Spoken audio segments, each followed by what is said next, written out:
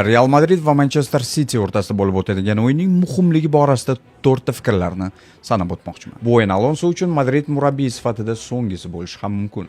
Celtaga qarshi o'yindan keyin muxlislar ham g'azab otiga minishdi va Bernabeuda Xabidan reaksiya kutishlari aniq. Undan tashqari Real Madrid bu o'yinga asosiy himoyachilarsiz Militao, Alaba, Trent, Carvajallarsiz yetib kelmoqda. Markaziy himoyachilardan faqat Rudiger va Asensio jarohatda emas. Endi do'stlar, ikki jamoa o'rtasidagi prinsipiallik. So'nggi 13 mavsum davomida jamoalar Chempionlar Ligasi doirasida o'zaro 14 marta to'qnash kelishgan. Dramatik o'yinlarni eslaysiz. Ayni paytda City ancha ko'tarinki kayfiyatda. Real Madridning vaziyatini esa bilasiz. Alonso va Gvardiola o'rtasidagi to'qnashuv esa alohida duel. Biz uchun eng qiziq bo'lgan tarafi Abduqodir Husanovning aynan mana shu o'yinda ko'pchilik maydonga qaytishini kutyapti. Balki Pep Husanovga Bernabeuda daqiqalar berishi mumkin, lekin o'yin darajasidan kelib chiqsak, to'g'risi bir nima deyish qiyin, lekin kutamiz. Xullas do'stlar, bu o'yinda Real Madridni faqat va faqat g'alaba qoniqtiradi.